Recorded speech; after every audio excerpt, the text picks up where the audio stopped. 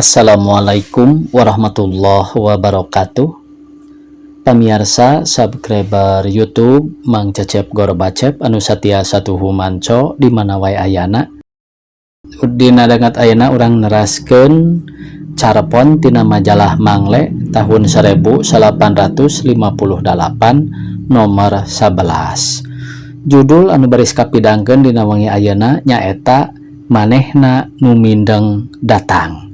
Ye yasana Bapak Wahyu Wibisana. Di luhurna teh pamirsa aya seratan hiji catatan ti sempur mangsa bulan bundar karek bijil. Sata acan dipedar ieu carpona sakumaha biasa ngahaturkeun rebu nuhun laksa ketika bingahan ka anu tos satia satuhu manco ngomen oge ngalaik kana ieu dongeng-dongeng Mang Cecep Gorbacep. Mudah-mudahan eta kasayan dibales ku Gusti anu Maha Suci. Amin ya Allah ya Robbal alamin. Sumangga supados teu nyangkolong teuing kana waktos wilujeng ngadangukeun.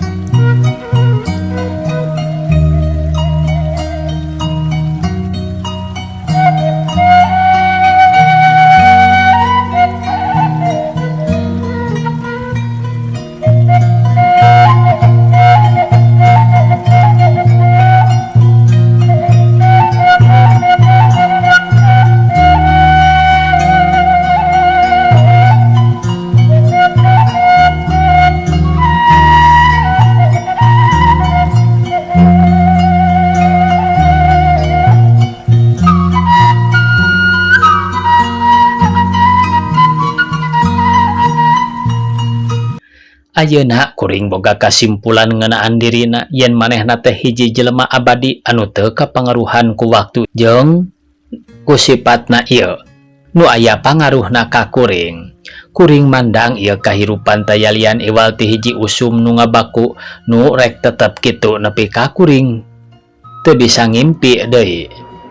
17 tahun katukang harita kuring teh kakara umur 6 tahun can sakola kuring papanggih jeung manehna di hiji tanjakan nu netek jeung pikakeungeun dumeh kenca katuhueunana harieum kudang daunan anu ngaroyom ka jalan.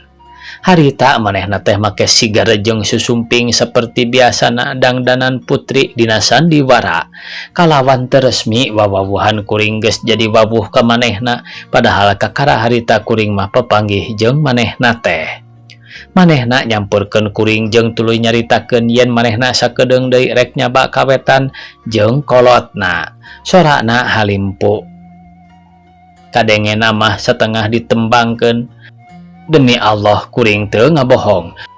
Sorana teh persis sada sora indung kuring ari anjeunna keur mangdongengkeun kuring ti peuting ari rek sare. Sakedeung kuring ngobrol jeung manehna lantaran kuringna kaburu indit sanggeus jauh. Kuring ngalieuk deui ka manehna. Katembong manehna gugupay di puncak hiji gunung nu mancrit kawas aseupan. Ti eta puncak gunung sanggeus gugupay ka kuring manehna madep ka belah wetan jeung ceuk pikiran kuring harita manehna tangtu keur nyawang pijalaneunana engke manehna rek ka wetan. Bebejana mah rek dikawinkeun kulantaran ieu tadi kuring gancang ninggalkeun manehna dumeh eusi obrolanana teu pikabungaheun kuring. Kuring ngewa ka manehna nah make kawin ka batur teu ka kuring. Padahal harita kuring teh rasaan mah geus dewasa. Embung kuring papanggih deui jeung manehna iwal mun manehna ngabatalkeun niatna tadi. Jeung tuluy menta dikawin ku kuring. Jeung kuring boga kayakinan upama manehna keukeuh rek kawin jeung urang wetan pasti bakal cilaka. Kuring karunya ka manehna. Hanjakal kuring teu bisa ngahalangan tapi kuring rek tetep usaha sangkan manehna teu tulus indit. Harita buleud tekad kuring yen kuring rek tatapa di deukeut hiji leuwih jeung engke upama di kuring geus aya kakuatan tinggal milih dua jalan rek nyieun benteng sing luhur di sisi lemburna belah wetan ambeh manehna teu bisaeun indit atawa rek dibelah ieu dunya teh jadi dua bagian sangkan tempat nu rek dituju ku manehna kahalangan ku jungkrang. Nu mana wae eta mah pokona supaya manehna ngabatalkeun niatna bisa jadi aranjeun hareran upama kuring nyaritakeun yen harita kuring geus balik geus kumisan malah Tapi ieu teh gancang leungit upama ku kuring gancang dicaritakeun yen eta kabeh tepung munggaran teh ngan wungkul dina impian. Seperti biasa naon nu kareunge atawa kapanggih keur budak upama narik perhatian urang. Tangtu tapakna teh jero tur hirup dina ingetan. Bapak kuring jadi guru di hiji desa harita kakarasa tahun tilar dunya, jadi harita kuring geus bisa narik kesimpulan yen jelema nu hirup sanajan sakumaha kuatna oge seperti bapak kuring dina akhirna rek nepi kana ajalna. Hiji pikiran nu isuk teuing datangna sabenerna mah basa kuring keur umur 5 tahun ingat-ingat poho kawasna wae kuring teh dibawa lalajo sandiwara bapak kuring jigana nu ngayakeun teh da asana mah papanggunganana oge deket wangunan sakola pesta samen meureun harita kuring lalajo teh jeung indung kuring diuk panghareupna. Nu sajana poho deui tapi nu tetep ingat nepi ka ayeuna harita kuring papanggih jeung hiji putri ngaranna Citela Lesmi. Manehna bebeja ka kuring rek indit kawetan jeung rek dikawinkeun ka urang ditu. Kuring nyaksian sorangan basa manehna aya di tengahing perjalanan manehna maehan maneh bareng jeung batur-baturna. Teu nyaho kuring ge naon sababna pangna nepi ka dinya teu lila ti harita bapak kuring tilar dunya. Dua jelema nyaeta Citela Lesmi jeung bapak kuring nu sabenerna kudu terus hirup bat ninggalkeun kuring. Kawasna wae indung kuring ge saparasaan jeung kuring da katembongna ti sadugna bapak kuring tilar dunya asa beuki begang jeung teu berag. Malah bisa jadi indung kuring mah leuwih ti kuring da kuring mah harita ge geus bisa dibangbrangkeun ku cocooan. Kuring sok terus nalengteng ka indung kuring tina hal Citela Lesmi jeung indung kuring sok ngadongengkeun deui. Nepi ka ayeuna kuring can manggihan hiji jelema nu bisa ngadongengna seperti indung kuring harita. Dongengna kacida narikna jeung make aya kawihna sagala rupa. Citela Lesmi teh urang Pakuan cenah nu ayeuna katelah Bogol di dinya aya hiji tanjakan nu kacidana jeurna jeung eta hiji gunung nu pinuh ku kebon salak. Ieu patempatan teh digambarkeun ku indung kuring dina hiji hariring. Batu tulis Gunung Salak tanjakan empang keul ceulik. Hayang kuring nyaho Gunung Salak jeung tanjakan empang tapi harita karasana teh asa hiji kamustahilan jauh pisan. Teuing di mana boa tapi sanajan kitu kuring geus boga gambaran yen Gunung Salak teh sarua jeung Gunung Galunggung. Ngan pedah di Gunung Salak mah tangtu lobatang kala salakna.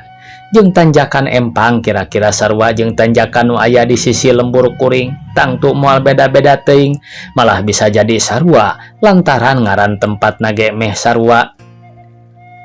Lembur kuring Cibogol jeung lembur Citela Lesmi ngaranna teh Bogol. Kuring nyaho yen Citela Lesmi tilar dunya basa aya di tengahing perjalanan rek ngadon kawin teh.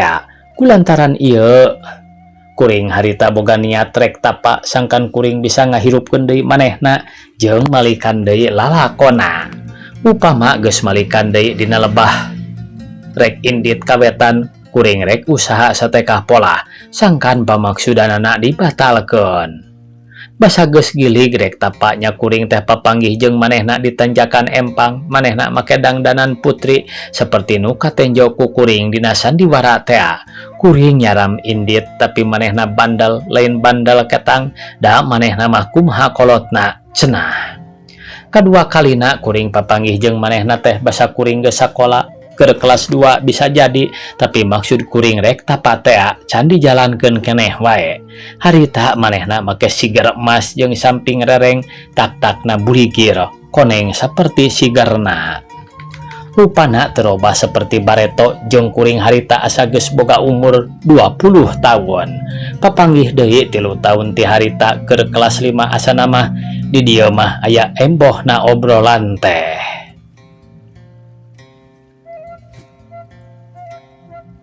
Iraha endang teh bade ka Pakuan ka Bogor eta diantarana pertanyaan manehna ka kuring harita. Sasih payun panginten jawab kuring tandas. Tuluy kuring nanyakeun kaayaan di ditu jeung tuluy manehna ngadongengkeun yen bener di ditu teh aya tanjakan empang aya Gunung Salak, aya Walungan Ciliwung, Cisadane, aya pamoyanan jeung aya Batu Tulis. Kitu deui manehna kungsi nyaritakeun yen di ditu teh aya pabrik ban Goodyear, aya kebon raya jeung aya museum. Jadi sarua seperti ceritaan guru kuring harita. Harita kuring geus boga gambaran nu rada deukeut kana kanyataan yen Bogor teh sarua jeung ciptaan kuring samemehna. Kuring bisa nyiptakeun kumaha kaayaan kebon raya nya eta kebon nu kacidalegana jeung dipelakan rupa-rupa tatangkalan kacipta pabrik ban Goodyear liang haseupna ngacung ka luhur jeung terus nglueun kawas di lieu. Tapi kana Ciliwung nunjang ngidul, Cisadane nunjang ngaler, pamoyanan, Batu Tulis jeung tanjakan empang tetap seperti bareto taya parobahan nanaon.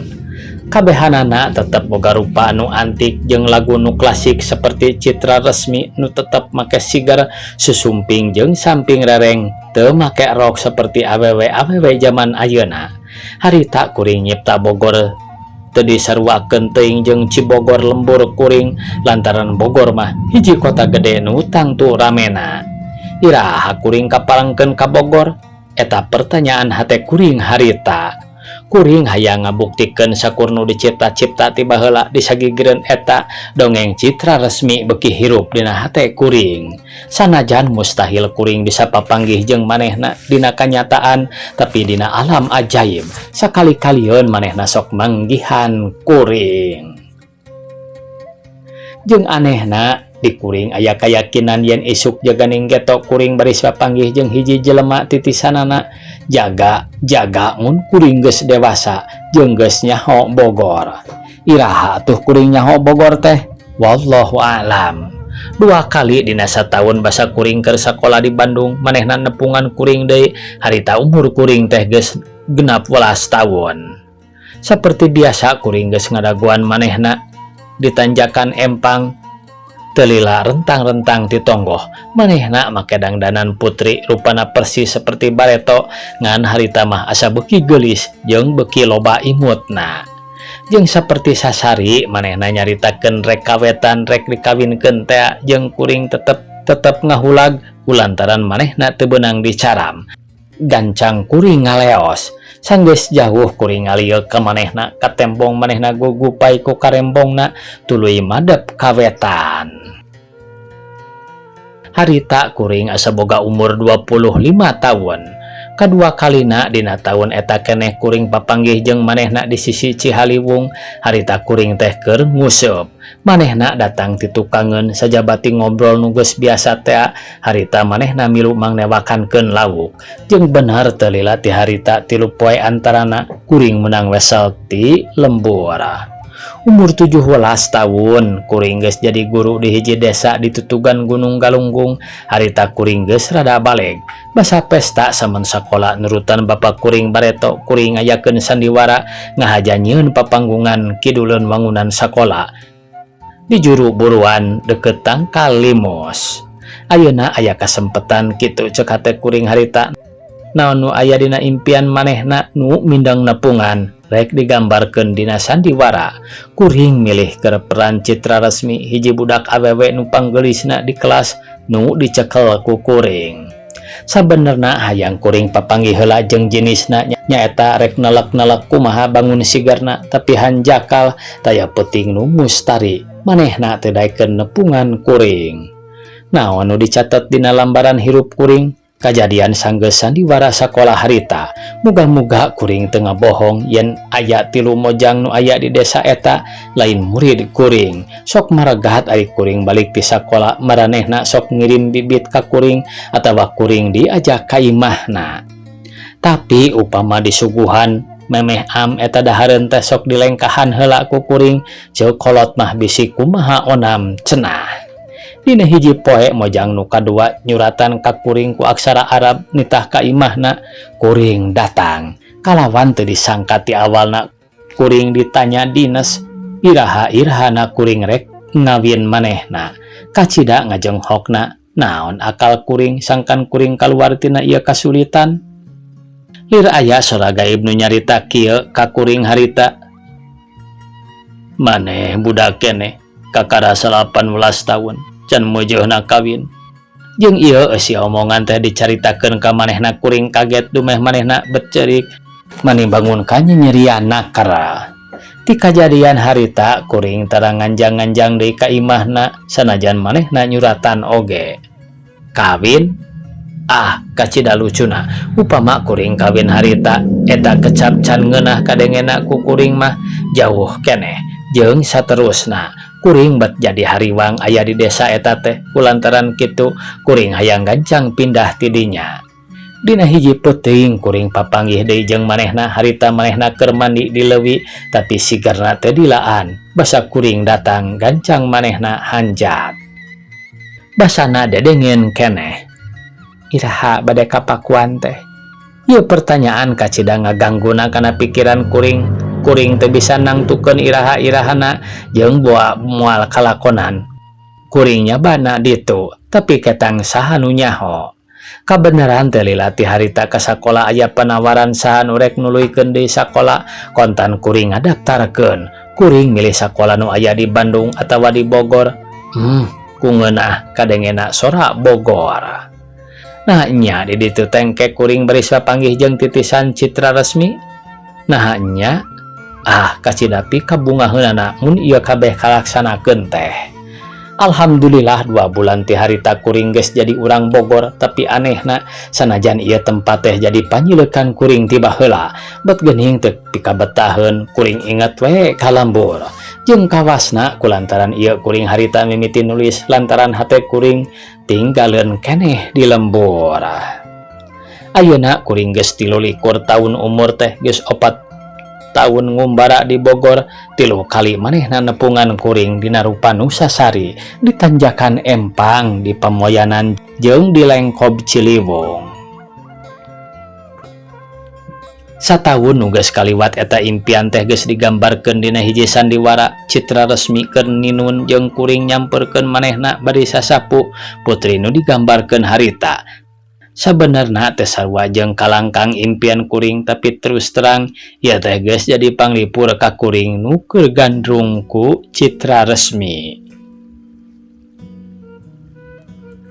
Basa kuring papanggih jeung manehna di Lengkob Ciliwung nyaeta nu pangakhirna teh seperti biasa manehna nyaritakeun pamaksudanana jeung seperti biasa kuring nyaram.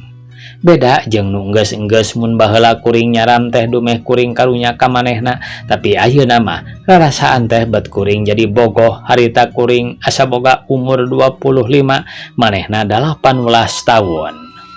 Dina akhir April kamari dina hiji sore nu kacida geulisna kuring ulin ka hiji sobat bari ngobrol kuring mukaan albumna. Kacida ngagebegna basa kuring manggihan potret mojang nu make dangdanan putri sarua pisan jeung rupa putri nu sok manggihan kuring teh. Sarua sagalana ge panonna nu bersih curuleuk, irungna nu bangir jeung tak-takna nu bangun hipu jeung lemes. Saha ieu teh? Oh eta, jawab ki sobat. Ieu bari nunjuk deui ka hiji potret awewe tengah tubuh kakara kuring ngarti yen mojang nu ditanyakeun ku kuring teh ayeuna mah geus kolot, tapi sanajan kitu kuring hayang manggihan manehna sobat kuring nyanggupan. Dina hiji isuk poe Ahad kuring jeung ki sobat geus indit rek manggihan jelema nu jiga putri teh. Ayeuna kuring kalaksanakeun papanggih jeung titisan citra resmi teh, kitu ceuk hate. Barang nepi ka imahna ka tembong di buruanana loba jelema can kaburu nanyakeun aya kajadian naon kaluar ti tepas. Masya Allah, pasaran geuning, saha nu hilang? Nepi ka ayeuna kuring can papanggih jeung jelema nu diteangan jelema nu rek dianggap titisan citra resmi teh ayeuna geus tilar dunya, tapi kuring tetep boga kayakinan isuk jaganing geto kuring baris papanggih jeung titisan citra resmi kadua. Ayeuna kuring nyaho ku inditna citra resmi kawetan teh geus ngalantarankeun perihna hate bangsa kuring. Dibeh ditu samemeh kuring aya luhureun kuring geus meunang pangalaman nu kacida payitna, ieu kabeh ayeuna jadi dadasar pikeun ngahudangkeun deui harga pribadi ku sabagian bangsa kuring nu dipika cinta. Bener-bener citra resmi geus jadi hiji carita nu tetep hirup dina unggal dada bangsa kuring, tapi keur kuring mah iwal ti eta aya latar tukang nu kacida hadena.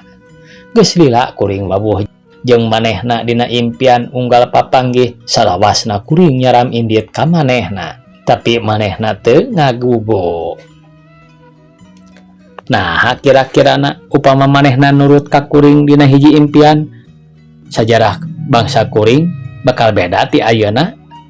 Tangtu moal, tapi sanajan kitu kuring geus nepikeun kareteg ati kuring ka manehna kalawan dihaminan. Pikeun kuring geus jadi hiji kabungahan nu lain lumayan kuring nyaah ka manehna saperti kuring nyaah ka bangsa kuring sorangan. Hanjakal kuring kapiheulaan hirup. Sakapeung cita-cita kuring baheula rek tapa tea sok datang deui kana pikiran kuring, tapi nepi ka ayeuna can dijalankeun keneh wae. Jeung sanajan sakumaha gentur tepana ge kuring boga rasa yen zaman moal balik deui ka baheula, Citra Resmi geus dicatet perlaya dibubat. Ieu memang hiji kanyataan, tapi beda deui jeung alam ajaib nu sok didatangan ku kuring. Citra Resmi aya keneh, hirup keneh jeung sok nepungan kuring di tanjakan empang, di Lengkob Cihaliwung atawa di Pamoyanan. Beungeutna tetep kitu terobah-robah seperti 17 tahun ka tukang, basa kuring tepung munggaran jeung manehna tea, manehna hiji jelema nu abadi, nu teu kapangaruhan ku waktu atawa tempat. Jeung ku sifatna ieu nu aya pangaruhna ka kuring, kuring mandang ieu kahirupan taya lian iwal ti hiji usum nu ngabaku, nu rek tetep kitu nepi ka kuring teu bisa ngimpi deui. Peuting isuk bisa jadi kuring bakal papanggih deui jeung manehna, jeung ieu tetep jadi keyakinan kuring yen dina hiji waktu engke kuring baris papanggih jeung jelema nyata titisan Citra Resmi, kuring ayeuna keur ngadagoan.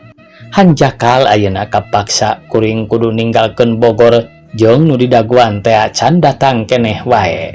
Saban kuring ngaliwat ka tanjakan empang atawa nyawang Ciliwung ti Jalan Sukasari dina kanyataan, kuring sok inget ka manehna, kuring sok inget ka alam impian nu sabenerna memang geus ngalengkapkeun riwayat hirup kuring.